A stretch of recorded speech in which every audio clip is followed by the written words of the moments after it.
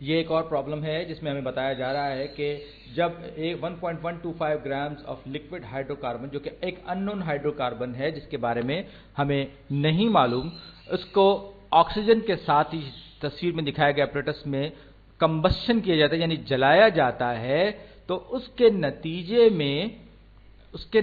में ये कंबस्शन के नतीजे में इस apparatus में हमारे पास 3.447 ग्राम कार्बन डाइऑक्साइड बनती है। और याद रखिए ये हमने 1.25 ग्राम इस सब्सटेंस का, जिसका हमें नहीं मालूम, बस हमें सिर्फ इतना पता है कि हाइड्रोकार्बन है।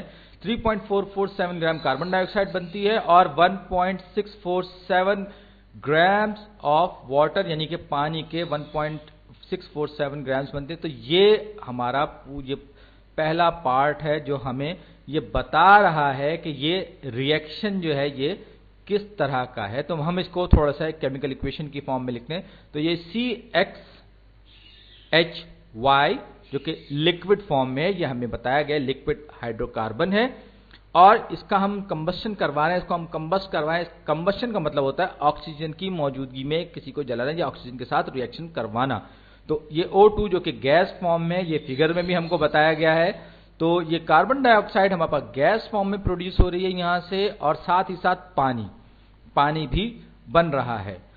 तो ये स्टोइकियोमेट्री का प्रॉब्लम है, लेकिन हम इस इक्वेशन को बैलेंस नहीं कर सकते और उसकी वजह है कि हमें मालूम ही नहीं है कि हमारे पास जो हाइड्रोकार्बन है उसमें कितने कार्बन और कितने हाइड्रोजन हैं, और ऑक्सीजन की सप्लाई जो है वो अच्छी खासी है। तो ये जो जो हाइड्रोकार्बन है ये लिमिटिंग रिएक्टेंट है इस केस में, और ऑक्सीजन की हमारे पास बड़ी ठीक ठाक मिकदार मौजूद है, इतनी सारी मिकदार मौजूद है कि वो सारे के सारे इस हाइड्रोकार्बन के साथ रिएक्ट कर जाएगी और उसको फिनिश कर देगी, खत्म कर देगी।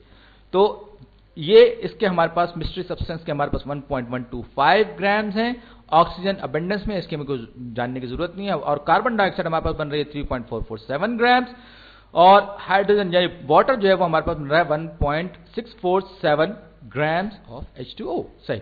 तो अब हमें इस प्रॉब्लम को जरा पूरा पढ़ लें कि इन अ सेपरेट एक्सपेरिमेंट, एक और अलग एक्सपेरिमेंट में, ये जो हाइड्रोकार्बन है इसका जो मोलर मास है वो हमें पता चला है कि वो 86.2 ग्राम्स पर मोल है, यानी कि CxCy का जो मोलर मास है, मेरा ख्याल है मैं इसको स्टैंडर्ड फॉर्मेट में लिख लूं, सॉरी ये मैं इसको सही कर लेता हूं।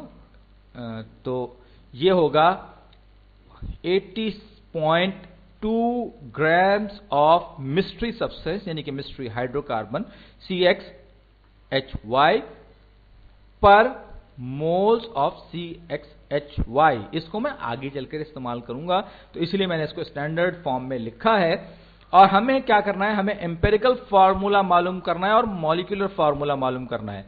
आपको पता है कि एम्पेरिकल फार्मूला जो है, अगर आप ज़हन में याद करें, तो ये सिंपलेस्ट रेशियो होता है किसी भी कंपाउंड में उसके कॉन्स्टिट्यूएंट एटम्स का, जबकि मॉलिक्यूलर फार्मूला हमें ये बताता है कि उस मॉलिक्यूल में किस किस एलिमेंट के कितने कितने एटम्स मौजूद हैं, एक दूसरे के साथ कनेक्टेड हैं। तो ये बात जहन में रखते हुए हमें ये मालूम करना है कि कार्बन और हाइड्रोजन का सिंपलेस्ट रेशियो कितना है और एक्चुअल जो उनके आपस में नंबर्स ऑफ एटम हैं वो कितने हैं उस मॉलिक्यूल में। और हमें इस मकसद के लिए इसका मोलर मास दे दिया गया जो कि 86.2 ग्राम्स है। तो सबसे पहले हम एम्पेरिकल फार्मूला मालूम करने की कोशिश करते हैं। अब ये इक्वेशन अगर हम देखें तो यहां हमारे पास राइट हैंड साइड पर पानी है, हाइड्रोजन पानी की शक्ल में है, और कार्बन है कार्बन डाइऑक्साइड की शक्ल में।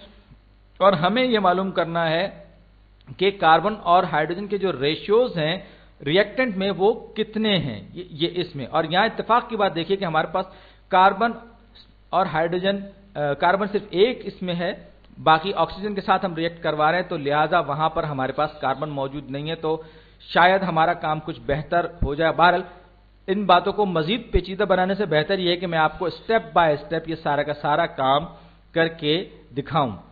तो अब हमें ये देखिए, हमारे पास कार्बन डाइऑक्साइड जो कि हमारी एक पहली प्रोडक्ट समझ लीजिए, इसका जो मोलर मास या इसके जो हमारे पास मोल्स हैं वो कितना है। कार्बन का एटॉमिक वेट 12 होता है, प्लस ऑक्सीजन 16, तो ये 2 × 16 32 और 12 हो गया हमारे पास 44। तो यानी कि 44 एटॉमिक मास यूनिट्स इसके एक मॉलिक्यूल का मास होगा, यानी इसका मॉलिक्यूलर वेट या मॉलिक्यूलर मास जो है वो इतना होगा। अब हम बात कर रहे हैं मोल्स की, हमें तो मोल्स में क्वांटिटी चाहिए, तो मोल्स होते हैं 6.02 इंटू 10⁻23 नंबर ऑफ एटम, यानी कि एवोगाड्रोस नंबर, जो कि ग्राम्स में उसके अगर एक्सप्रेस किया जाए तो ये उसके मास होती है। तो 44 ग्राम्स ऑफ कार्बन डाइऑक्साइड में 1 मोल ऑफ कार्बन डाइऑक्साइड होते हैं। सही। अब यहां हमारे पास 3.447 ग्राम्स हैं, तो हम पिछले एग्जांपल में भी देख चुके हैं। तो 3.447 ग्राम्स ऑफ कार्बन डाइऑक्साइड, और इसे हम ये चाहते हैं कि ये grams carbon dioxide cancel out हो जाएं, तो हम एक ऐसी टर्म यहां पर ऐड करेंगे, या यूं कहें कि हम मल्टीप्लाई करेंगे एक ऐसी टर्म से जिसमें कि डिनोमिनेटर में ये ग्राम्स ऑफ कार्बन डाइऑक्साइड हो। तो हम इस ऊपर वाली टर्म को उलट लेंगे, तो moles of carbon dioxide, grams of carbon dioxide, ये दोनों क्योंकि दूसरे के इक्विवेलेंट हैं, लिहाजा इस टर्म को मल्टीप्लाई करने से कोई बहुत ज्यादा फर्क नहीं पड़ना चाहिए इन प्रिंसिपल। तो यहां मुझे पता चला है कि जी ये 44 है, तो ये 1/44 हो जाएगा। ये मैंने कुछ नहीं किया, बस मैं ऊपर वाली टर्म को उलट कर यहां लिख दिया है। तो ये मेरे पास हो जाएगा डायमेंशनल एनालिसिस में ये मेरे पास grams of carbon dioxide cancel out हो जाएंगे एक दूसरे के साथ, और मेरे पास जो क्वांटिटी बचेगी वो बचेगी 3.447 डिवाइडेड बाय 44, और मुझे इसे मालूम करना है कि ये कितनी होगी। तो इसको मैंने कैंसिल किया, तो ये होगा 3.447 डिवाइडेड बाय 44, ये हो जाएगा कितना, ये हो जाएगा 0.07834, 0.7834, मेरी याददाश्त थोड़ी सी खराब है, तो 0.07834 मेरे पास मोल्स हैं इस केस में, जो कि क्वांटिटी मुझे कार्बन डाइऑक्साइड की इस एग्जाम्पल में या इस प्रॉब्लम में दी गई है। अब हमें मालूम करना है कि हाइड्रोजन के कितने मोल हैं, और यहां पर इक्वेशन के राइट हैंड साइड पर हाइड्रोजन सिर्फ वाटर में मौजूद है। तो वाटर का जो मॉलिक्यूलर मास होगा या एटॉमिक वेट्स मास यूनिट्स की फॉर्म में इसका होगा, मेरे पास यहां पर इसके जो ग्राम्स अवेलेबल है वो है 1.647 ग्राम्स, जो कि मुझे प्रॉब्लम में दिए गए हैं, और इसका एटॉमिक मास जो होगा वो होगा कितना, हाइड्रोजन के 2 एटम्स का मतलब 2 into 1, इसका यूनिट में 1 होता है, और ऑक्सीजन 16, तो ये 16 + 2 18 हो जाएगा, 18, यानी कि इसका जो अगर मोलर मास में ग्राम्स में एक्सप्रेस करूंगा तो ये हो जाएगा 18 gram water, 18 grams of water पर मोल्स ऑफ वाटर। और अब मैं इस ग्राम्स को भी कन्वर्ट करूंगा के मोल्स में, तो इसको मैं मल्टीप्लाई करूंगा, वही तरीका जो मैंने कार्बन डाइऑक्साइड के साथ किया था कि मैं डिनोमिनेटर में मैं लूंगा ग्राम्स ऑफ H2O, और न्यूमरेटर में मैं लूंगा मोल्स ऑफ H2O, बिल्कुल उसी तरह जिस तरह मैंने पिछले अभी कार्बन डाइऑक्साइड के साथ किया था। तो यहां पर 18 था, तो लिहाजा 18 ग्राम्स ऑफ वाटर बराबर हो जाएगा 1 मोल ऑफ, तो ये दोनों के दोनों ग्राम्स ऑफ H2O कैंसिल, और ये 1.647 डिवाइडेड बाय 18 हमें अब इसको मालूम कर लेते हैं। थोड़ा सा मैं इधर खिसका लूं और कैलकुलेटर निकाल लूं, तो 1.647 डिवाइडेड बाय 18 ये हो गया 0.0915, 0.0915, इसको मैं एक अलग कलर में, तो 0.0915 मोल्स ऑफ वाटर, यानी कि यहां जो क्वांटिटी मुझे ग्राम्स में दी गई थी वो दरअसल पानी के इतने मोल्स हैं। सही। और कार्बन डाइऑक्साइड के मोल्स मैंने मालूम कर चुका हूं, ये मेरे पास पानी के मोल्स आ गए। अब मैं इस प्रॉब्लम को सॉल्व करने के लिए मजीद आगे बढ़ता हूं, तो एम्पिरिकल फार्मूला मुझे जाहिर बात है मालूम करना है, और अब मैं ये देखता हूं कि मेरे पास जो प्रोडक्ट्स हैं इनमें जो मिस्ट्री हाइड्रोकार्बन है सिर्फ इसी में कार्बन मौजूद है, और हाइड्रोजन जो है वो सिर्फ पानी में मौजूद है। तो इसका मतलब ये हुआ कि अगर मैं 1 मोल इसका रिएक्ट करवाता हूं, तो इस ऑक्सीजन के साथ रिएक्ट करवाता हूं 1 मोल को, तो उसके नतीजे में 1 मोल कार्बन डाइऑक्साइड बनेगी, जो कि मिस्ट्री सब्सटेंस होगी। मुझे नहीं मालूम भी कौन सा हाइड्रोकार्बन है, तो लेकिन मुझे इसके मोल्स पता चल गए हैं। प्रोडक्ट्स की शक्ल में।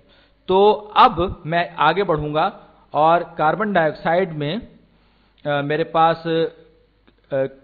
हर कार्बन डाइऑक्साइड मॉलिक्यूल में मेरे पास एक कार्बन है। इसका मतलब यह होगा अगर मेरे पास 1 मोल कार्बन डाइऑक्साइड है तो उसमें मेरे पास 0.07834 मोल्स ऑफ कार्बन होंगे, क्योंकि हर कार्बन डाइऑक्साइड मॉलिक्यूल में एक कार्बन एटम है। लिहाजा अगर मैं मोल्स में बात करूंगा तो अगर मेरे पास ये कार्बन डाइऑक्साइड का एक के 0.7834 मोल्स होंगे तो उतने ही मोल्स कार्बन के होंगे, सेम नंबर होगा कार्बन का।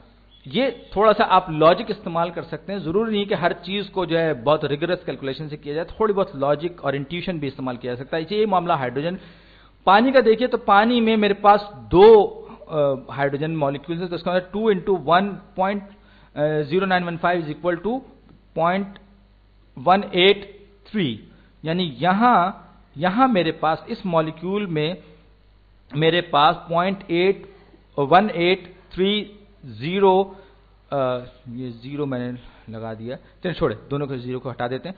तो मेरे पास 0.183 मोल्स हैं यहां पर पानी की शक्ल में मेरे पास हाइड्रोजन के। क्यों? इसलिए कि अगर मेरे पास पानी का 1 मोल है तो उसमें 2 मोल हाइड्रोजन गैस के हाइड्रोजन के शामिल हैं।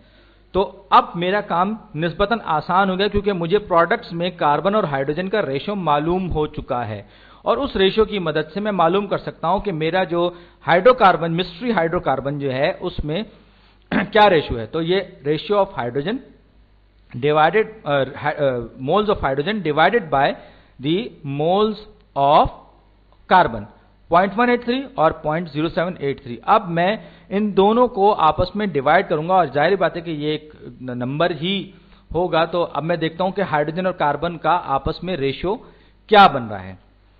तो 0.183 मेरे पास पहले से ही लिखा है, डिवाइडेड बाय 0.07834 ये हो जाएगा 2.335971।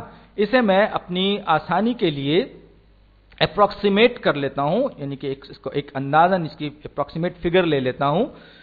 अप्रोक्सीमेटली ये बराबर होगा 2.336 moles of hydrogen for every 1 mole of carbon, यानी कि कार्बन और हाइड्रोजन के मॉलिक्यूल्स का अगर हम रेशियो देखें तो तकरीबन 1/3 के बराबर होगा। तो मुझे लग रहा है ये तकरीबन की बात कर रहा हूं, जरूरी नहीं कि एग्जैक्ट यही हो। तो अब मैं अपने थोड़ा सा दिमाग लड़ाते हुए दोनों को मल्टीप्लाई कर देता हूं 3 से, तो ये 7 हो जाएगा, 7 मोल्स और ऑफ हाइड्रोजन, और divided by 3 moles of carbon, 3 moles of carbon. ये आप देख सकते हैं मैंने इनका जो रेशियो 2.33:1 है या 2.336:1 है, और मैंने इसको इस सबको मल्टीप्लाई अगर मैं करूंगा तो ये मुझे जो है वो 3 से मल्टीप्लाई करूंगा तो ये 1 हो जाएगा। चाहें तो आप इसको कैलकुलेट करके भी देख सकते हैं, और इसको जब मैं इस 1 को 3 से मल्टीप्लाई करूंगा तो ये 3 हो जाएगा, तो मेरे पास होल नंबर आ जाएगा। ये मेरे पास नंबर लिखा है, इसको मैंने मल्टीप्लाई किया 3 से, तो ये देखिए 3.0079 हो गया, यानी कि मैं 7 बिल्कुल मैंने यहां पर सही लिखा है। और ये याद रखिए ये एक अप्रोक्सीमेशन है। तो मेरे पास एक तरह से एम्पेरिकल फार्मूला आ गया कि जो मॉलिक्यूल CXHY का मेरे पास है उसमें 7 एटम हाइड्रोजन के हैं और 3 एटम कार्बन के हैं। तो मैं एम्पेरिकल फार्मूला इस नामालूम या मिस्ट्री हाइड्रोकार्बन का लिखूं तो एम्पेरिकल फार्मूला इस मिस्ट्री सब्सटेंस का ये होगा C3H7। लेकिन याद रखिए कि ये हमारा simplest ratio between the constituent atoms है, यानी कि सादा तरीन रेशियो हमारे पास है। हमें नहीं पता कि एग्जैक्ट कितने नंबर ऑफ एटम्स हाइड्रोजन के और कितने exact number of atoms carbon के हैं, लेकिन यहां पर इसमें मदद देने के लिए मेरे पास ये इसका मोलर मास मेरे पास मौजूद है, जिसे मैं आगे चल के इस्तेमाल करूंगा। ये मैंने कॉपी किया 86.2 और जनाब इसको मैंने किया पेस्ट, ही आ गया यहां, लीजिए जनाब अब ये मेरा प्रॉब्लम आगे बढ़ेगा और सिर्फ स्टार्ट करने के लिए मुझे ये पता है कि जी अगर ये मिस्ट्री सब्सटेंस का एम्पेरिकल फार्मूला अगर मैं सामने रखूं तो एम्पेरिकल फार्मूला की सूरत में इसका मोलर मास कितना होगा। आप इसको एल्जेब्रिकली भी कर सकते हैं, लेकिन मेरा ख्याल है कि वो खामखा कॉम्प्लिकेट करने वाली बात होगी, पेचीदा बनाने वाली बात होगी। तो मैं C3 यानी कि कार्बन के 3 एटम का मतलब हुआ 3 × 12 और 7 × 1, तो 12 एकम 12 बढ़ती है 36, 36 जमा 7 कितना हो गया, ये हो गया जनाब 43, 43। यानी अगर ये एम्पेरिकल फार्मूला की बेस पर मैं मालूम करता तो इसका एक मोल जो है वो 43 ग्राम्स का होता, लेकिन ऐसा नहीं है। यहां मेरे पास 86.2 है, जो कि डबल ही समझिए इसको, ऑलमोस्ट डबल है इस नंबर के मुकाबले में। यानी अगर मैं मोलर मास को सामने रखूं तो मुझे यह पता चलेगा कि यहां पर बस ये प्रॉब्लम खत्म होने वाला है। तो मॉलिक्यूलर फार्मूला इस मिस्ट्री सब्सटेंस का CXHY, जिसको हमने एम्पेरिकल फार्मूला C3H7 मालूम किया है, वो इसके एम्पेरिकल फार्मूला के मुकाबले में ट्वाइस होगा, क्योंकि ये उस बात की बुनियाद पर है हमें जो मोलर मास दिया गया है। तो अब ये हो जाएगा C3H7 का ट्वाइस यानी कि C6 और H14, ये हमारे पास ये रेशियो आ गए और इन रेशियोज की बुनियाद पर हमने जब 2 से मल्टीप्लाई किया और ये सारी इंफॉर्मेशन हमें इस प्रॉब्लम में दी गई थी। तो उम्मीद है कि आपको ये जवाब मिल गया होगा और आपको समझ में आ गया होगा, पसंद आया होगा। शुक्रिया।